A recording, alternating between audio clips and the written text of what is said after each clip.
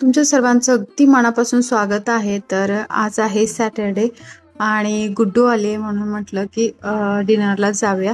तर आम्ही डिनरला जाण्याचा प्लॅन केलेला आहे. तर कोणत्या रेस्टॉरंटमध्ये आम्ही जातोय आणि केरलाचं स्पेशल असं काय घेणार आहे ते तुम्हाला या व्हिडिओमध्ये बघायला भेटेल. आणि इथून जवळच आहे रेस्टॉरंट, खूप लांब नाही, त्यामुळे लगेच पोहोचेल सुद्धा. तुम्ही जर पहिल्यांदाच हा व्हिडिओ बघत असाल, चॅनलवरती नवीन असाल तर चॅनलला नक्की सबस्क्राईब करा. ह्या चॅनलवरती सर्व टूरचे इन्फॉर्मेटिव्ह व्हिडिओज येत असतात आणि केरळचे टुरिस्ट प्लेस कोणकोणते आहेत तेही तुम्हाला डिटेल माहितीसह बघायला भेटतील. तर इथं पहा, आम्ही ज्या ठिकाणी येणार होतो त्या ठिकाणी पोहोचलेलो आहोत आणि इथं आम्ही ऑर्डर दिलेली आहे. ऑर्डर दिल्यानंतर एक अर्धा तास तरी लागतो. अर्धा तासानंतर जेवण वगैरे रेडी करून भेटतं. म्हणजे इथं छान फ्रेश जेवण बनवून देतात आणि टेस्टही छान असते. तर इथली स्पेशली टेस्ट आम्हाला खूप आवडते, त्यामुळे बऱ्याचदा आम्ही इथं येतो.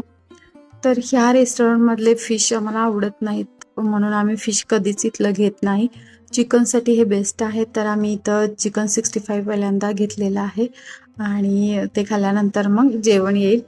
तर नेहमी आम्ही ह्या रेस्टॉरंटमध्ये आलो की नॉनव्हेज म्हणजे चिकन वगैरेच घेतो.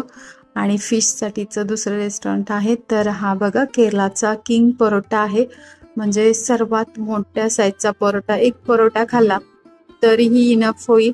आणि चिकन रोस्ट घेतलेला आहे.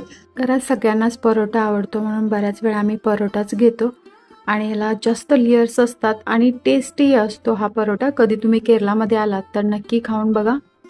तर ह्याच्याबरोबर आम्ही चणचणीत हिरव्या मिरच्या तळून मागितलेल्या आहेत, म्हणजे की केरलाच्या ज्या करी असतात त्या तिखट नसतात आणि आपण महाराष्ट्रीयन म्हटल्यावर झणझणीत खायला आवडतं.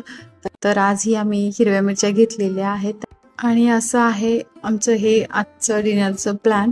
तर गुड्डू आल्यानंतर आम्ही नेहमी येतो कारण तिला आवडतं असं बाहेरचं खायला, चटपटी वगैरे खायला. तर इथं पहा, मस्त झणझणीत मिरच्या आहेत. म्हणजे केरलामध्ये क्वचितच तिखट मिरच्या भेटतात, नाहीतर कधीही घेतल्या तरी तिखट नसणाऱ्या मिरच्याच असतात, म्हणून खूप बघून घ्यावं लागतं.